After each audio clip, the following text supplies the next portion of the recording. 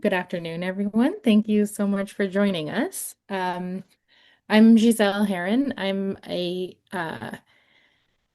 contractor for CAF, working on their organic transition, and then I also do some marketing work. So this workshop is put on by me and Judith from Full Belly Farm, and you'll hear from her in a little bit. So she's going to lead us through a little overview of some marketing and pricing strategies, and then we're going to have a panel discussion with Nova Weatherwax from Sacramento Natural Food Co-op, and with Greg from Spork. And then we'll have time for a Q&A. So after Judith speaks, we'll have a little time for Q&A there. So you can save your questions for then or type them into the chat and then we'll read them out. And then the same for the panel discussion.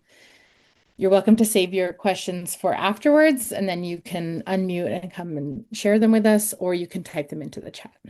And then after that, we're going to go into small groups. We just want to have a little time to discuss in smaller groups a little bit about people's strategies and yeah, just share together, learn a little bit or get some ideas and brainstorm or troubleshoot, you know, yeah, the selling into wholesale.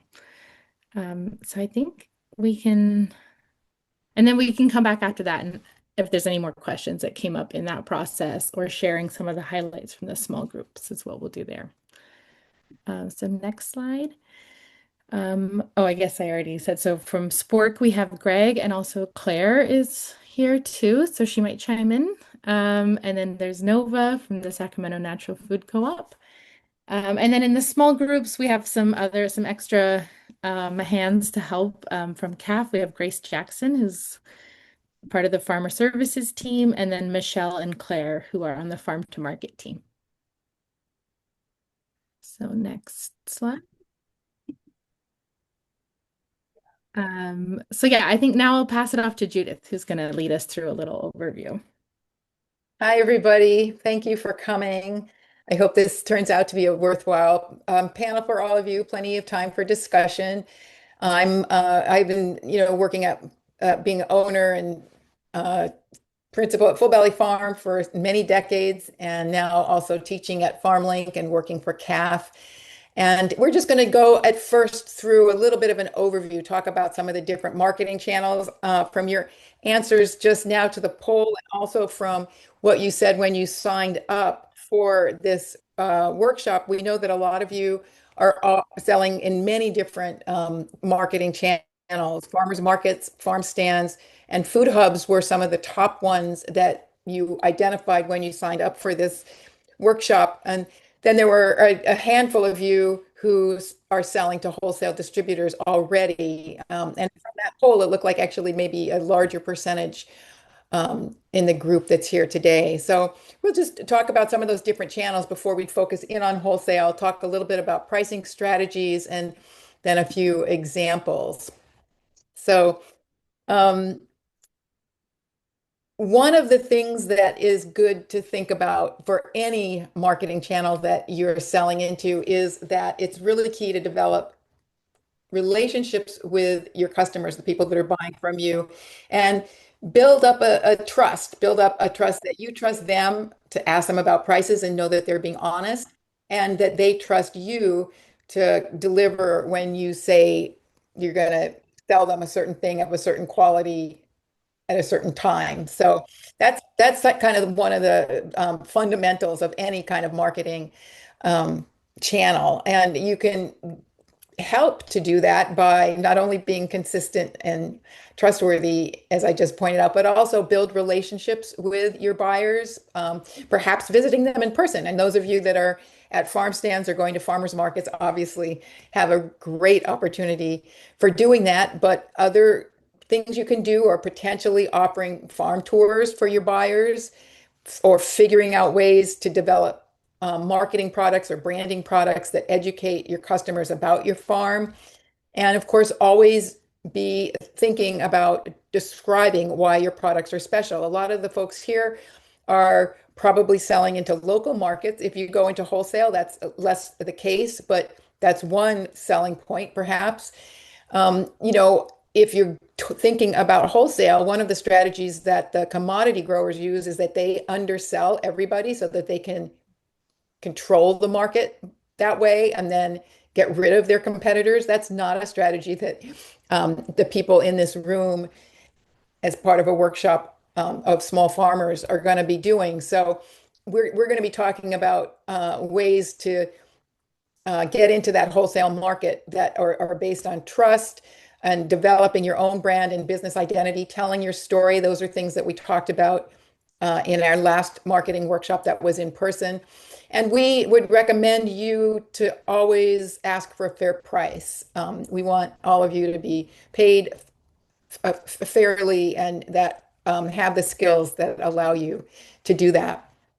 So, just a few words about direct. I think it's worth doing a bit of a survey of these different marketing strategies because there's pros and cons in all of them. And uh, direct sales, like to farm stands, CSAs, farmers markets, that's often the place that farmers start. That's where they start as they're selling their products. And it's often a place where there are lower barriers to entry. I know there's a lot of farmers markets that are hard to get into, but there are lower barriers to entry in many cases with farmers markets. And the advantages are things like you control the price and you control the display. There's potentially a bigger profit margin per item than with other marketing strategies, although you have to remember that factor in the price of gas, the amount of time that you're taking to get to the market, the cost of your employees, but potentially you're going to see a bigger profit margin. More of the value is coming directly back to you. You don't have to have standardized packaging. You don't have to have standardized grading requirements like you might in other marketing channels. And because the packaging can be reused, you have a significant saving in packaging costs and thus less waste. So if you're someone who really enjoys talking about your farm products, your farm values, telling the farmer your farm's story, this can be a great marketing venue for you, even though it can be more time consuming than other marketing avenues for the equivalent amount of product sales. I also wanted to just talk a bit about restaurants. Um, because often there are restaurants, not all restaurants, but there are many restaurants that are interested in getting specialty items and buying local. And restaurants can be very forgiving in terms of those packaging and grading standards that may come into play in the wholesale market. And another thing is that occasionally there are restaurants that will accept a delivery in permanent crates that you then pick up the next time you go to make a delivery. And that's with the cost of packaging right now, that can be a very big advantage for you to think about. So, a few tips would be things like, well, eat at the restaurant, meet the chef, ask about their products, find out if there's something that they're looking for, and then, of course, establish the best method of communication and get the delivery details that you need. You don't want to show up at a restaurant during peak meal times. And because the restaurant is likely to be using your product in their menu, if you short them, it's kind of a big deal for them. So you want to try not to do that. I mean, you don't want to do that for anyone, but the restaurant chef will get a little upset if you do that for many times for the restaurant. So moving into wholesale, here are a few pros and cons. I've sort of alluded to them as I talk about the other ones. You might be thinking of them, but in wholesale marketing, you're going to likely be uh, delivering bulk orders, like many boxes of one thing. And it turns out that those kinds of orders are more efficient to pack. So that will help to reduce your labor costs for these orders. Sometimes those orders will be recurring, you'll do them once and then they'll want them again. And so even though there's a lower price per item, if because there are larger quantities and you are taking all of them to one place, those margins can add up and be very profitable. That's what many farmers who go into wholesale marketing have found. So wholesale markets are a really great way to sell a highly perishable crop quickly, sort of one at a time. The cons to think about are that the wholesale market sort of increases what I call the distance between you, the grower, and the final customer, because you're going to sell to the wholesaler, and then that wholesale distributor is going to sell to the store, and then the consumer is going to buy it. So there, and in each step along the way, of course, there's a markup. So that's kind of what I mean when I think about this distance. You aren't going to be controlling the presentation to the end customer. And in many cases, in most cases, actually, the brand, your name, the name of your farm may not even show up on the price list. It's unusual wholesalers that actually show who it is that they buy their products from. So sometimes these are all generalities, but sometimes wholesalers can be less flexible when it comes to price, definitely when it comes to grading your products and delivery times. They're going to have some specific times and windows in which you can deliver, and sometimes they're very early in the morning. Um, Wholesalers can kick your item, your whole order based on just maybe one box that they don't like. And many distributors require third-party food safety audits that aren't really as necessary in other kinds of market channels. And they can demand very high levels of liability insurance. At Full Belly, we've experienced that almost unattainable sometimes levels of liability insurance.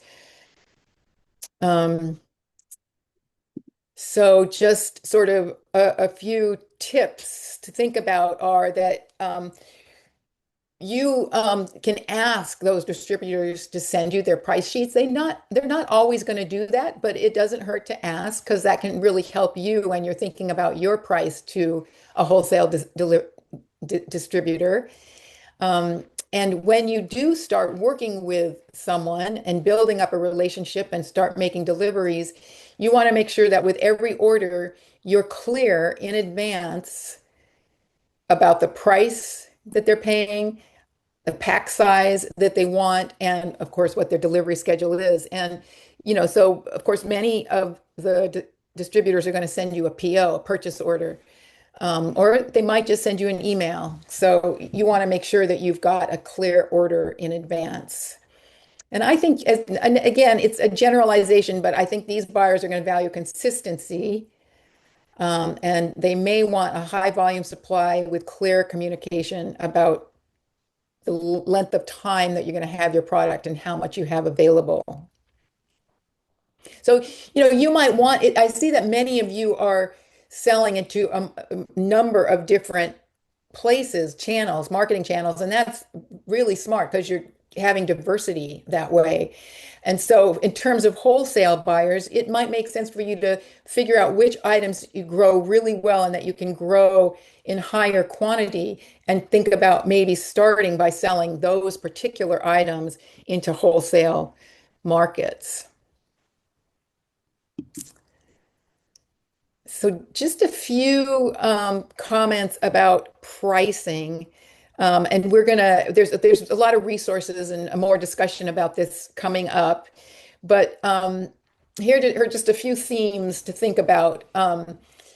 For seasonal and perishable items, things like fresh vegetables and fruits, your prices may need to be flexible because if you're selling into a local market, at the beginning and the end of the season, demand is going to be kind of tight. I mean, excuse me. I meant to say that availability is going to be tight at the beginning and end of the season. And then when there's a strong supply, the price may go down. So in other words, the price will go up and down with seasonal and perishable items. It's not going to be the same all season long, most likely.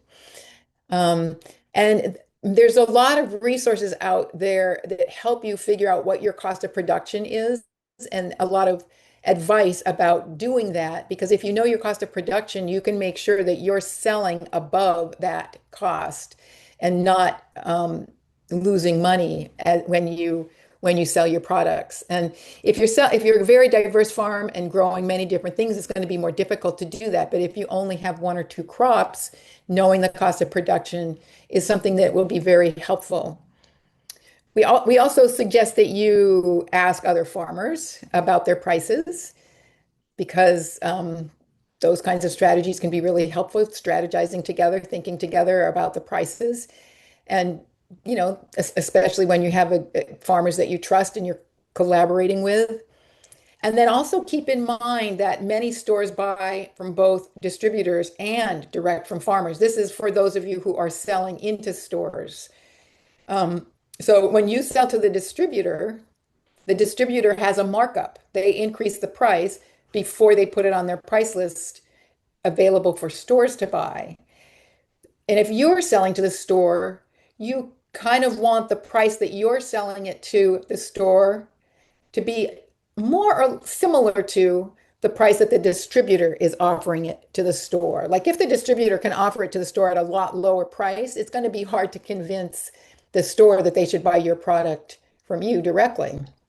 So think about those markup issues um, when you think about pricing. And we have other resources that are gonna be showed to you about how to figure out some of these pricing questions. But I also wanted to give you a few little examples from some websites of farms on how they present themselves in terms of what their availabilities are and who they're selling to. And not everyone has a website. Not everyone needs a website if they're not, selling direct a whole lot to stores and wholesalers and farmers market customers. But I thought this was a fun example. This farm has actually put on their website the things that they have for sale. Here's a River Dog Farm, which actually lists the restaurants that they're selling to as a way of saying to their CSA and farmers market members and customers, these are the people that like us and that are buying from us. And, you could go to these restaurants and enjoy our products there as well. So I thought that was kind of neat that they actually list their restaurant partners on their website. And then this is another thing that you see fairly often is a calendar with product availabilities indicated on the calendar. This is from Durst Farm, and he also has their phone number saying, give us a call if you want any of this. And finally, this is an example of a farm, root down farm that sells meat products. And this is just one of the meat products that they sell. And it's kind of interesting to me that they actually have their prices on their website, indicating, of course, that their prices are fairly constant, not going to change a whole lot. And it means that anyone who visits their website can get a sense of what price they're going to be paying. It's like having an online store in a sense. And this final one is a template that we saw on Brisa that we created a template from this with also a way to create a list that you can email to people. But this is a farm that sells a lot of things. And here you see the ones from apples to beans. And the case price, the case size, the variety name, and then the months in which they expect that product to be available. Very interesting that they have that available on their website and people can just look at it and download it. Obviously, their prices aren't changing as the season goes by. So I'm gonna stop screen sharing. We do have a really exciting panel set up for you that involves Spork Food Hub and Sacramento Natural Foods Co-op. But we do have just a few minutes that we can stop and see if there's any questions right now before we go into our panel discussion.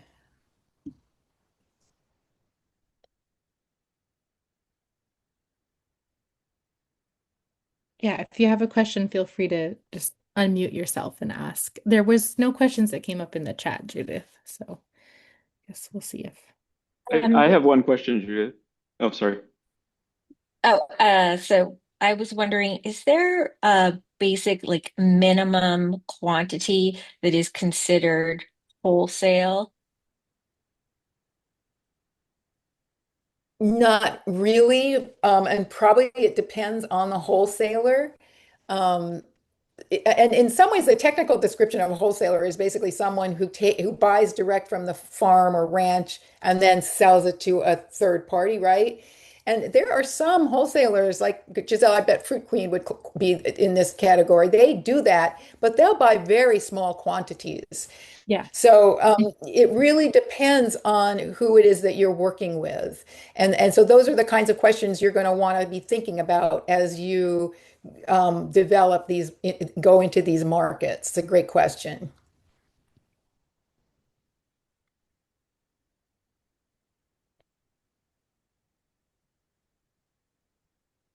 Hi, Judith Ramiro here from San Diego. I have a quick question. Do you really consider farmers markets a viable option for, say, new farmers? And if so, what would be your best advice for them to get into a specific market? I do consider them viable, especially yeah, I really do, especially if you like talking about your product and you have um, markets that are near enough to you that you're not going to swallow up all your time and resources driving to them. Um, because Yeah, because of all those reasons, the grading standards, the packaging savings, it really often it's even really, I think, sometimes easier than CSAs to get into. CSAs involve a lot more sort of logistical issues. So really, the best way to get in is to go talk to the market manager and um, find out what openings they have and make your case that you have a special item that somehow maybe do your little research beforehand. Like if you're selling something that there's already a lot of it at the market, but maybe there are none that are organic or whatever else it is that you can offer that makes yours special. So yeah, I do think farmers markets are a great way for a beginning new farmer to start selling. I would recommend it. Okay, thanks.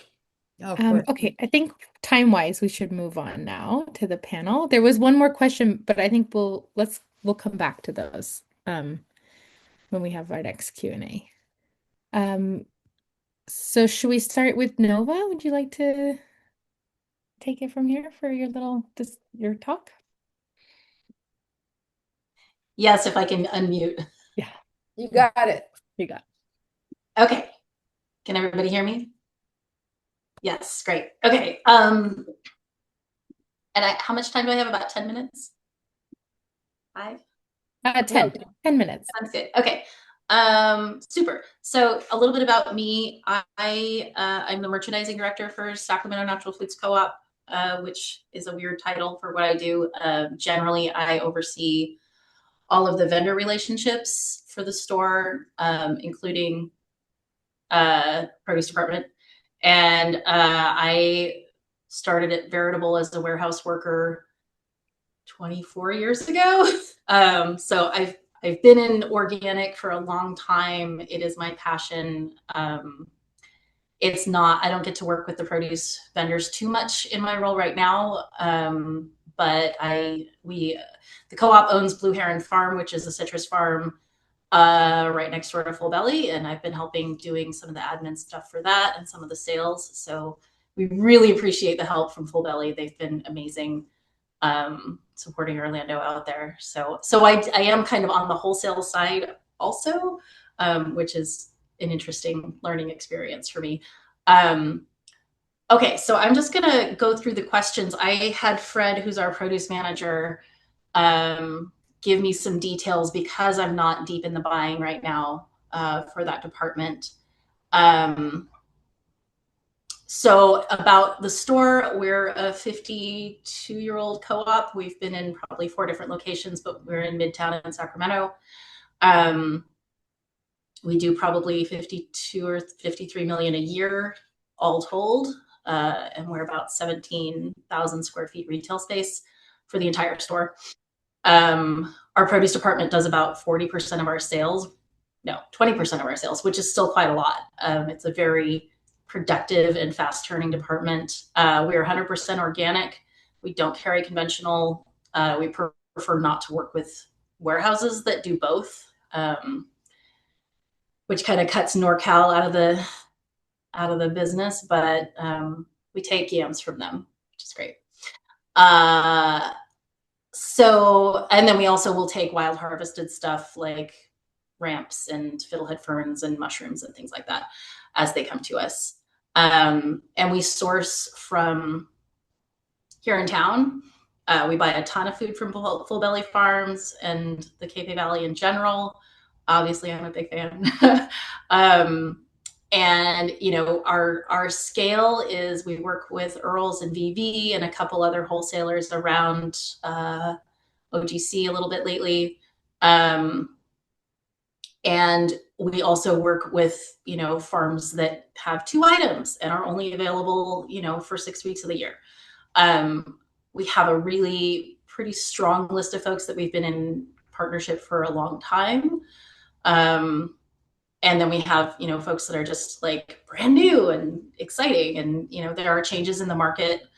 So like Smith Farms we used to buy from, and now they've gone and sort of changed their formats. So we adapt and adjust, but in general, we do, let's see, Fred says currently, so right now it's kind of the bottom of the season for a lot of stuff. We work with about 15 local farms right now. As floral gets going, we work like peak season, summertime, we have about 40 direct farms, which is a lot. We have probably 3 different staff members doing buying on a regular basis. And it, you know, that's something that the co-op in general, but the produce department in particular, we invest in the labor it takes to buy from so many producers as part of curating and keeping our department really relevant and fresh and gorgeous, and really trying to support the local food shed. That's a huge part of my soapbox as the merchandiser, is making sure that we buy direct as much as we can feasibly, which has financial impacts and time impacts. Okay, and then the next question is, how do farmers get in the door? Should I continue going through the questions? Yes? Or yes, okay, super. Okay, so Fred says a box of samples goes a long way. I fully agree. I mean, I work in packaged grocery a lot in my role here. Getting the product in front of you, not only seeing the packaging presentation, but you know, when you bring a sample, this is your best. You're going to make your farm shine. You're showing off your labeling. You're showing off your grading. You're showing off a lot of things that go into one little box of produce. If you're doing wet veg, you're showing off how, like, what kind of twisty do you have, or do you use rubber bands, or do you use plastic tags, things like that. So to echo what Judith was talking about, even if packaging is a really low priority for you and it's just a soft touch, thinking about it and thinking about what your customer, i.e. a retailer or a wholesaler, is seeing is important. You want it to be able to be like easily handled. You don't want your box to fall apart, because if it's going through a wholesaler and then coming to a retailer, the staff are not going to be like, I remember, you know, particular pure veg boxes where you pick them up and they're so heavy because they've got ice in them and they just fall apart. So that is something to consider, is operational ease of handling your product. So in general, so for Fred's purposes and you know, what catches his eye, we are definitely open to new vendors, and we just have such an abundance of amazing food all around us in the Sacramento area. So it's really, it's not hard for us to find good food, which is great. So I would say really good price list and really good communication goes a long way with us. Again, to echo what Judith was saying, having a relationship where like your invoices are clear and have all the right information on them. And then availability lists are great.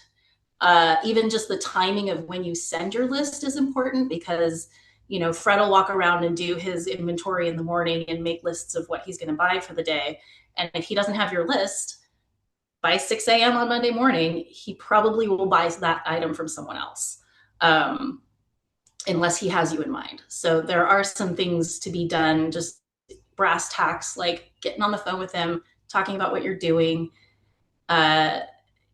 sharing what your vision is for your farm. So having a brand story, I think, is kind of important, just in terms of differentiation. What do you have that maybe the farm in the next valley over doesn't have?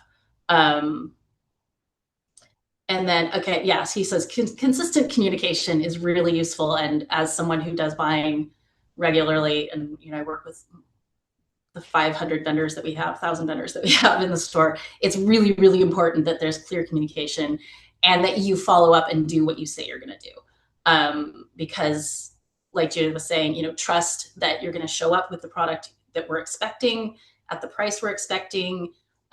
Fred will work with you on pricing. I think that's a really big benefit to working with the co-op. Not all retailers will do that. Or if he's got, because he's got lists from all the big boys. And if your pricing if you're lowballing, he'll say, hey, I can give you more for this and I can sell it for a little bit more on the shelf. So our margin, usually our applied margin is about a 42.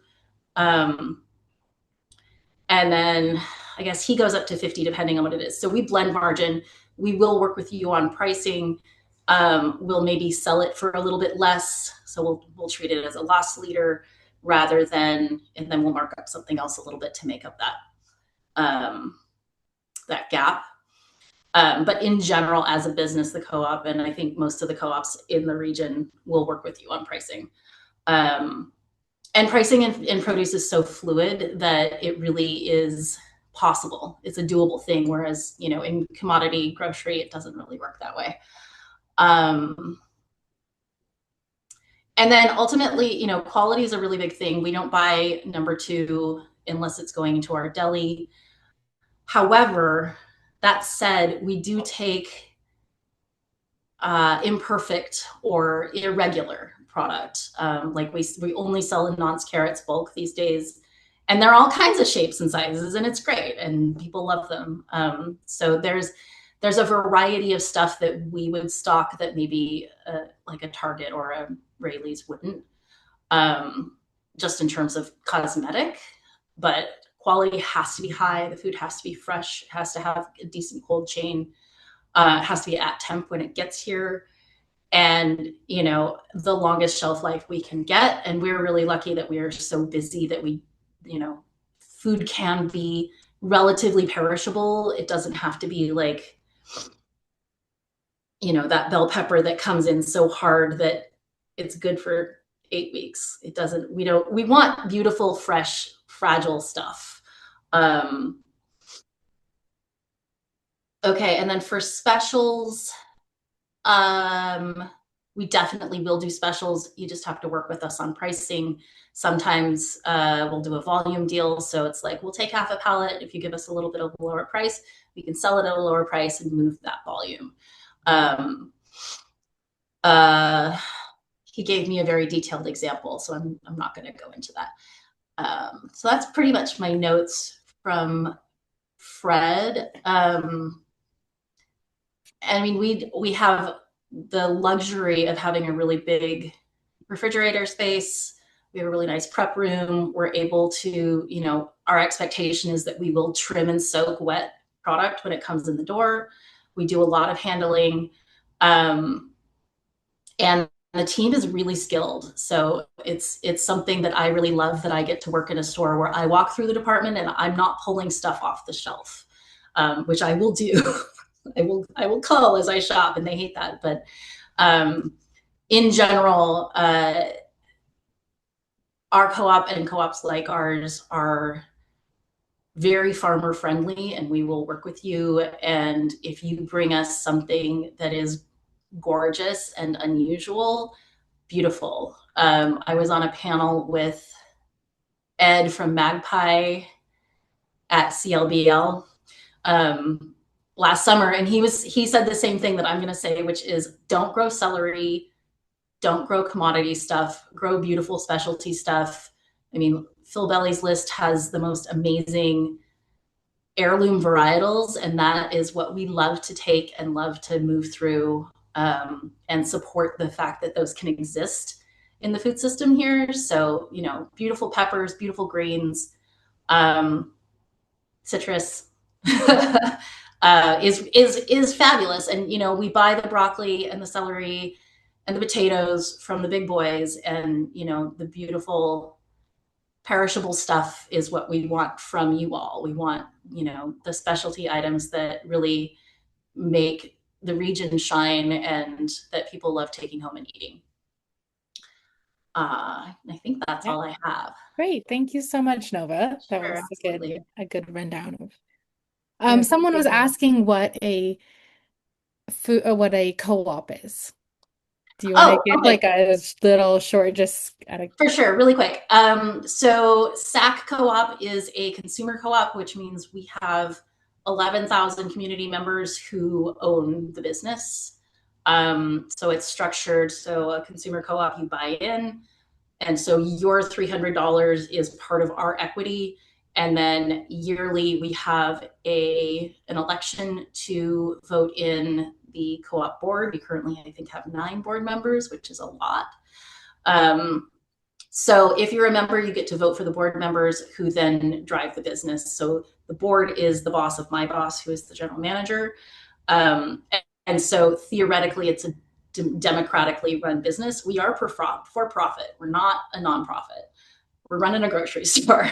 But members get some financial perks, and it's just a really neat way to invest your money in the local community. And we work really hard to keep that, you know, that circular economy of sending our money to the Cape Valley and other producers in the region rather than, you know, to UNFI, who's a big commodity wholesaler. So in terms of the store structure, we are more or less like a regular old business. We have a general manager, we have a leadership team, we have department managers and buyers. We do definitely work to make money so we can pay our staff fairly and have good benefits. But we are a for-profit business. Others in the area, there's Ukiah Co-op, Davis Co-op, and then Briar Patch has 2 locations up the hill in Grass Valley and in Auburn. Rainbow Co-op is a different structure. It is a worker co-op. So I'm not going to go into that because I'm not an expert in that, but Rainbow Grocery is grad. So okay, thank you. All right, thank you so much. So now I think we'll pass it to Greg, and he's going to talk to us about Spork and how they work.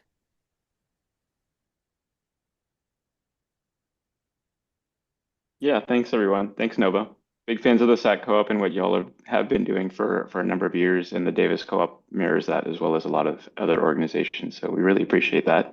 Appreciate being here as well. Judith, thank you for that intro. And Claire will also be here kind of chiming in as we go over the nuts and bolts about Spork. So we are a farmer-owned food hub based out of Davis, and we work with a lot of different growers. Right now, on a week to week, we generally order from around 30 producers, although we have a roster of upwards of 80 to around 100. We handle availability lists in a lot of different ways. And when Gisele initially sent over a notice about this panel, I could not have been more excited because I feel like it's an overlooked aspect of getting your product to markets that make sense for you as a grower. So in terms of getting your list to someone like Nova or Claire or myself or Christina at the Davis Food Co-op, you could take a variety of avenues, but realistically, our telephone numbers and our emails are on our business cards. So calling us is the best bet, and we love speaking to people about exactly that. And at any time, it could be in the middle of the season where you have a lot of things. It could be in the middle of a season where you're not doing anything, or you're planning, or you heard about us, or it could be under any kind of circumstances. That doesn't, of course, guarantee a week to week, 10 pallet order, but I view availability list as a way to continue the conversation with, between buyers and growers.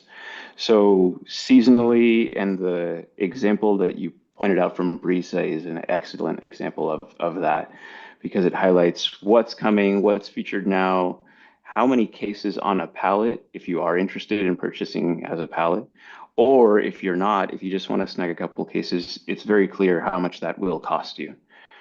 So really like that as an example. And Claire also has experience working with Brisa, so she might be able to touch a little bit on that as well. I don't know if you want to chime in now or throughout our 10-minute period, Claire. So in terms of the availability lists, you could just text us or you can call us. If you're at the farmer's market and you see us, just say, hey, this is what I have. And establishing the preferred mode of contact for me has been the biggest key. Because some of our growers, they're really good. They're on the phone all day, and they'll text you back honestly within 5 minutes. And those are the kind of relationships which are great. Others which rely on maybe slower processes of pick up the phone and call, also excellent because of the nature of being able to say, hey, Paula, we saw this on your big item list. Could you tell us more about what that means for the next 3 weeks? Or we saw that you have this item on the list. We have a purchase order for that exact item. Could you meet us on that price? And so we continue that conversation in a really nice way. Other growers, if they want less touches on that, they could just send, a seasonal block of, okay, I'm going to be growing strawberries, and you know that I'm going to be growing strawberries because honestly, that's all I do. And I'm happy with where I am with that relationship. So I think an important part is identifying a couple things. One, what as growers we want to sell and to which markets. And then I think that, CAF has so many excellent resources, one of them being the Farmer Guide to Organic Wholesale Pricing. And that has not only nuts and bolts about figuring out price points, which I think is very helpful, but also availability list templates, which I think an availability list should be geared towards the buyer that you're sending that list to. If you're sending one list out, that's fine.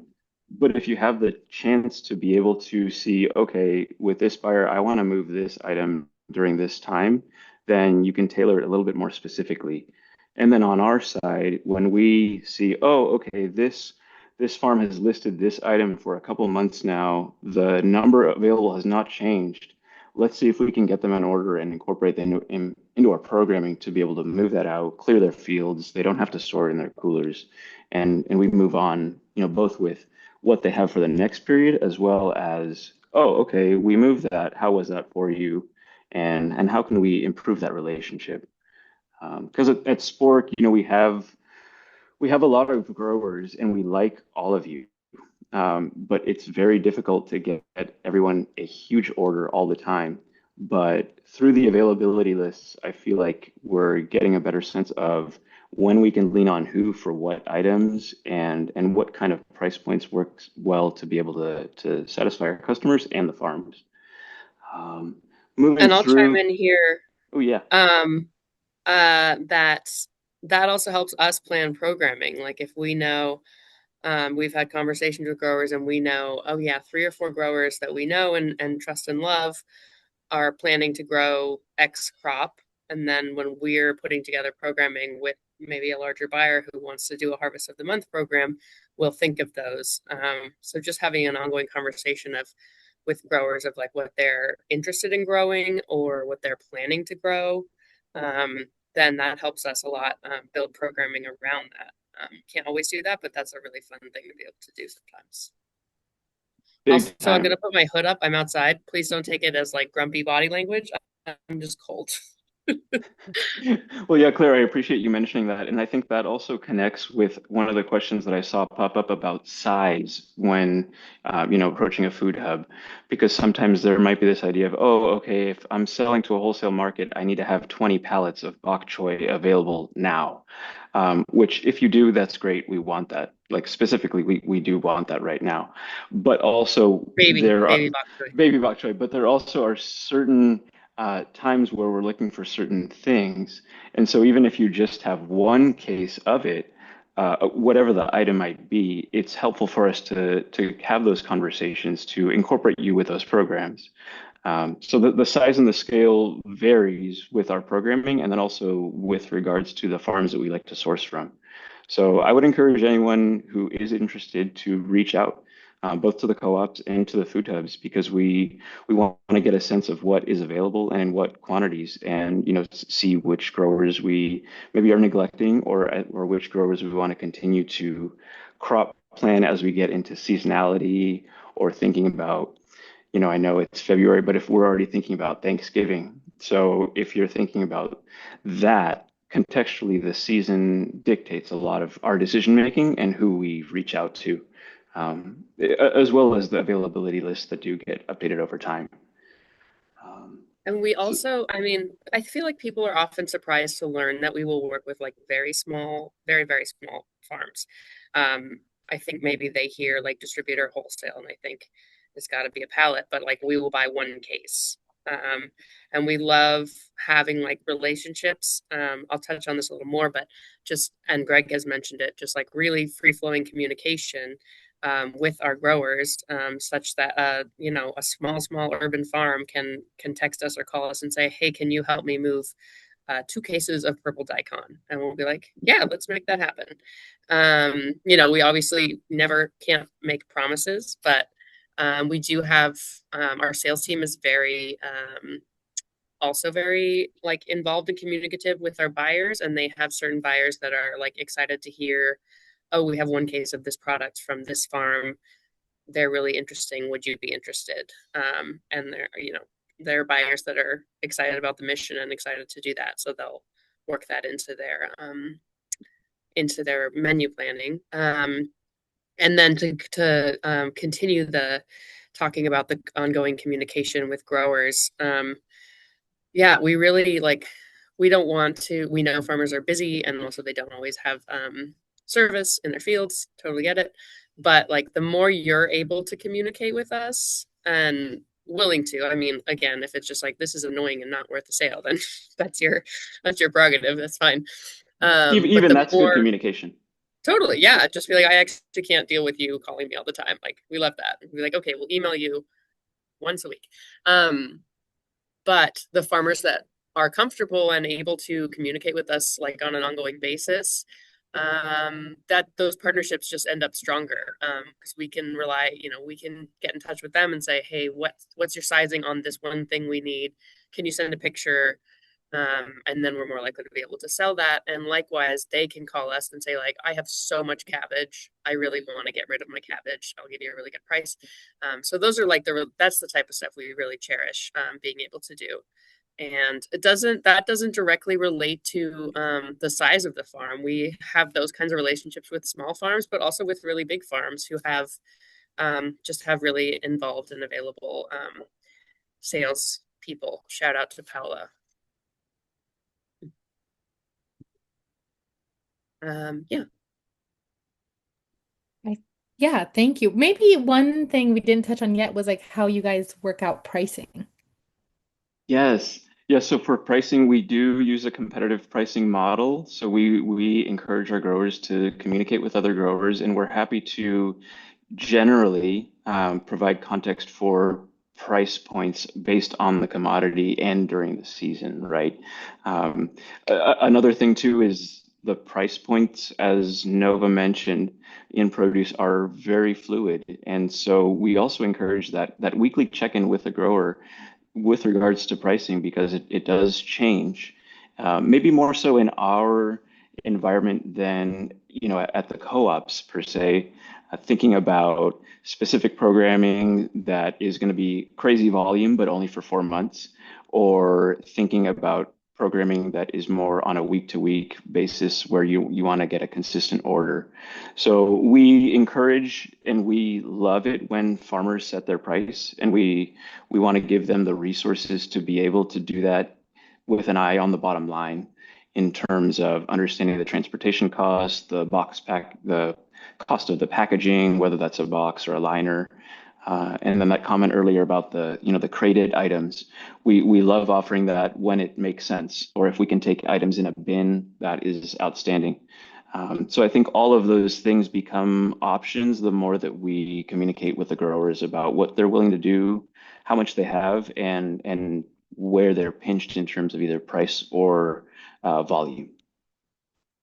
And yeah, that is a big part of the conversation that I meant that we've both mentioned, that we love having these ongoing conversations when they're possible, is not just about availability, it's definitely also about pricing. And we love working with growers if they have, for example, if they have a big volume they really want to move, but also, yeah, sharing like what we've seen in the market and trying different things each week. I mean, we have growers that say, hey, can we try a lower price? I'd like more sales this week. What do you think we can try? And we're so happy to do that because we're excited to sell your stuff. But yeah, we're there's we like working with people on price, and that's a big part of what Spork does, is letting farmers choose their price. And then if farmers want to discuss, and we will often pitch, like a price match to a grower, just be like, would you price match for this amount for this many cases? And it's like totally fine if they say no. Sometimes they're like, that's great, I can do that for that many, and then let's keep it at my normal price. So that's part of the ongoing conversation that we really like having. Great, thank you. Those are, yeah, great insights from all of you. I really appreciate that. So now we're gonna go, Judith, do you want to go back to screen share, or maybe we don't need to? We're gonna split, Grace is gonna help split us all into like smaller groups. And then we have a few questions, like little prompts just for discussion. So we all kind of get a feel of where we're at. Everyone's here kind of interested in wholesale. So just to sort of see how that's working, what maybe some barriers might be. So I just posted some questions in the chat. And so now when we go in our groups, we have that to kind of reference, just to like set off a discussion. And then we'll come back and share any highlights. And then if more questions come up in the groups, I mean, you might be in a group with someone who can answer your question if it's for Greg or Nova or Claire, or one of us. But yeah. So I think if you can do that now, Grace, that would be great. All right, I'm working on it. Okay, thank you.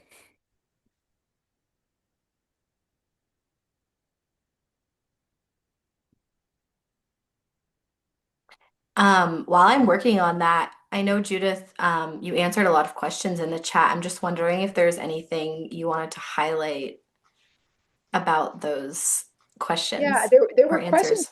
answers. We when I was speaking, I didn't talk a lot about availabilities, but and there were a number of questions about availability lists. I think you want to have a list that says the item that you're selling, the pack sizes that you can provide, like is it 12 count, 2 dozen, 4 dozen, or is it by the weight? You want to put that on there, and then the price, of course, for each pack size. That's sort of the minimum. And then I know that at Full Valley we do a lot of photos. That's a nice touch.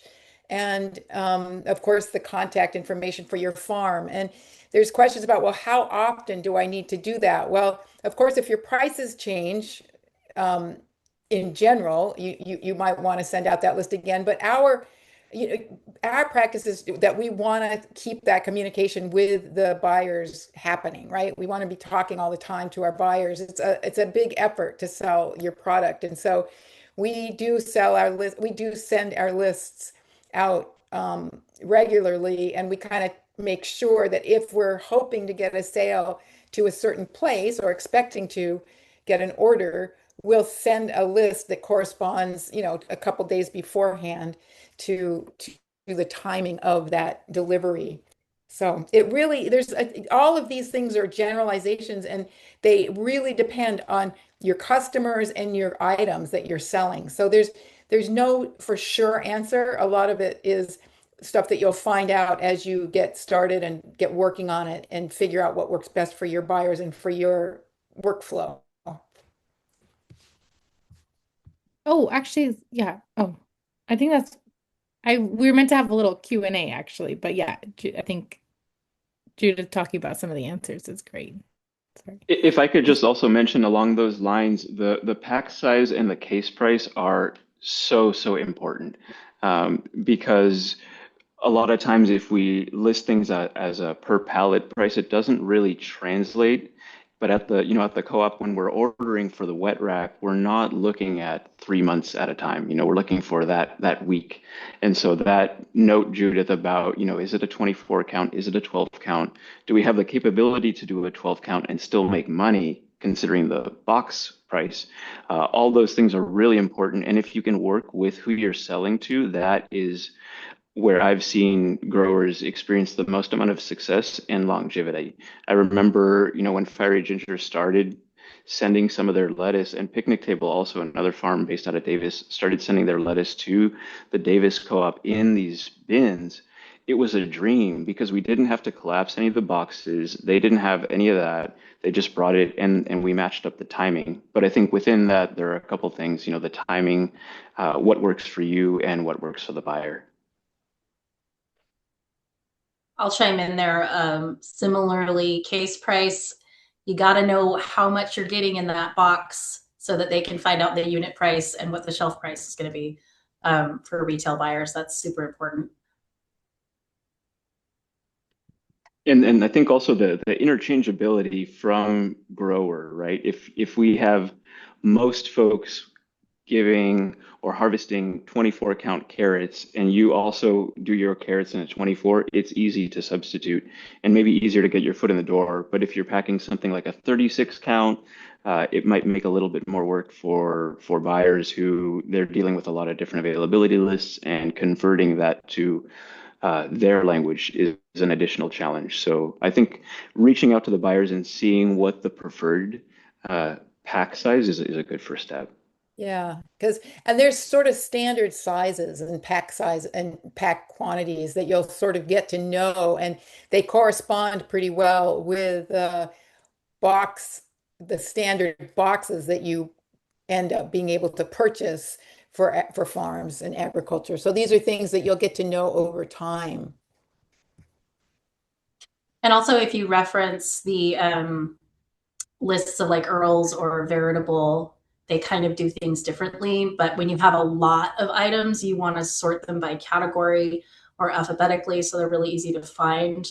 And both Vivi and Earls will, well, I don't know if Earls does it all the time. Vivi always lists the farm that it comes from, which as a purchaser is really nice. I used to always be very particular about which farm was sending me stuff. One other note about that, if you couldn't tell, this is a passionate topic of mine, is the pack size is by no means fixed, but if you are establishing a relationship with the buyer, you're going to want to at least communicate that you can meet those pack sizes. As an example, we have a grower who we started with in 2021, and he'll do stuff like 9 count romaine or 6 count romaine, or stuff that in the past, I would think, what are you doing? But he's able to do that because we trust him. He's able to do that because he is able to deliver to us in a in a way that fits really well for our programming. And so I think, as part of these conversations that we either as buyers or growers have is communicating the level of flexibility that you either are able to do or not. Because if you can pack a 12 count and it works for Nova, then that's great. If not, then yeah, maybe think about a 24 count. Resource, the Farmer's Guide to Organic Wholesale Pricing, and it gives a lot of really great tips for how to set your prices for wholesale, and talks a little bit about like some good, just some great resources in there about how to work on that. And Gisele, will we be sending a copy of this presentation to everybody, or where can they? I think so. Yeah, we'll follow up with, I think since there's also a recording of the whole workshop, we'll send a link to that and a link to this. We can send a link. Great. To all these resources. I don't know that it really makes sense to share the presentation. We'll see, maybe. Yeah. I guess we can. And then there's the CCOF Small Organic Farmer Marketing Toolkit, which is also has a lot of really helpful tips. This one goes through like many different types of sales channels and things too, but it's they both are really good resources. And on the next slide, yeah, just links then for you all. So yeah, we'll share this with you. There's some other just useful a Did you want video. to say more about your template, maybe? Yeah, so the template is there. If do you want to click that? Oh yeah, you did. Okay. So yeah, on the first tab, it's using Brisa's sort of template, but I made some adjustments just to also add like your farm name and things so that I thought when someone pulls it up, they know exactly where this is, coming from. And then you could also add in some delivery info, and definitely make a note of if you're certified, you want to make sure that's on there. And then on the next page, sorry, the next tab, this one is more a printable version, and you can easily copy and paste from the first one to put things in this one to make it easy. And if you go to print, if you try to print it, you can like take away grid lines, and then you get like a really nice PDF that you can either, yeah, there, looks great like that. So just thought I would make it kind of easy for you to like plug in your logo, your name, put any certifications if you have them, and you have a good availability list there.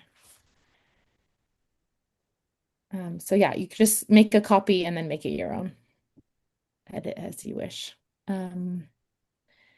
Yeah, and next page, I think that's the end then. Yeah, just thank you so much for joining us. I hope it was a valuable use of your time, and get in touch with us. I think Michelle was asked, like, I think we have everyone's, yeah, we have everyone's email address. So we can like follow up, and then if there are specific people you maybe want to get in touch with for specific things, we'll try to share whoever was on this call if you want to get in touch with us. Yeah, is there anything else, Judith? So we wrap up? Nope. If there's no other questions, just thank you all for coming. And especially thank you so much to our presenters Yeah. from Spork and Sac Nat. Really appreciated that. Yeah, really, yeah, it's really, I think it's so great to get that perspective and that view from those buyers. And also, you guys are very approachable. I think that's a great thing to keep in mind that you really can just go and talk to these people. And we had, oh, in my group, we had Joey, who was from the Chico, like a food hub near Chico. So there are Cool. food hubs all over, and your natural food co-ops and things like that. So yeah. I did launch a quick poll. Hopefully you can see that showing up on your screen now. If you could answer those questions, that would be super helpful.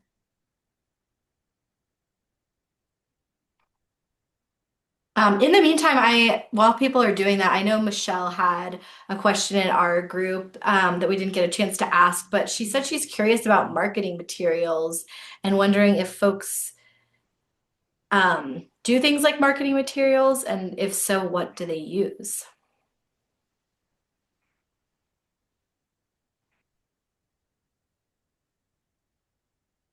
Can you expand on what you mean by marketing materials? Just when you reach out to a new buyer, do you kind of have a story, or do you have materials you share with them to kind of, in addition to your availability list, to kind of sell yourself? Is that enough information? The biggest thing for me was an example that comes to mind was stone fruit season last year, where one of the most effective ways is a picture of you holding the fruit, because we get a sense of the size, and then also, we know the pack sizes, they're relatively standard, but that just direct communication of this is what I've just harvested, this is what I have available for this window, and then we can say, yes, let's do it, or we don't have the capacity, but these folks might, or let's check in next week. Yeah, so sometimes I think, there was a question of, is a website necessary? I don't think so. Is a way to communicate what a website does necessary on the person-to-person interactions, absolutely. So pictures, and in the age of smartphones, I mean, even if you're walking the field and you're saying, okay, this is, this is what's coming, or, one of our growers, he'll send a picture of his tunnels and said, okay, get ready, the snap peas are coming. So the best way is really the way that makes sense to you as a person to be able to communicate what you have. Yeah, that's funny, Greg. We had the same conversation, and I said, like, what, you don't need a website. I mean, with summer growers, like, you don't need an email address, just text us, whatever works. But from the buyer perspective, we're not concerned about your Instagram or even your website. If you'll just text us some pictures and we can chat. If you're about the Instagram, we'll totally shout you out, but not a prerequisite. I saw a question just now asking, like, is there a place to know what the standard pack sizes are? There is an R. If you do a search for earls or veritable vegetable, they are, they don't set the standard, but a lot of our pack sizes are referencing theirs. So that's definitely a good place to start. You could also communicate to whoever is doing the buying of saying, okay, I have carrots. On your wet rack, do you offer them loose or bunched or both? And then if they say loose, then say, okay, cool, I have a 25-pound or a 30. Does that make sense? And they might say, the normal pack is a 25, but if you could do a 50, that's great because that'll last us the whole week. So it really does depend. And I similarly, we discussed the same question. Like a farm like Brisa, if you just want to look at their availability sheet, anyone can get on their mailing list, and they do standard pack sizes. So, and any larger farm, if you can, I mean, that's helpful for pricing too. If you can get on their availability list, that's just like a really good way to do research.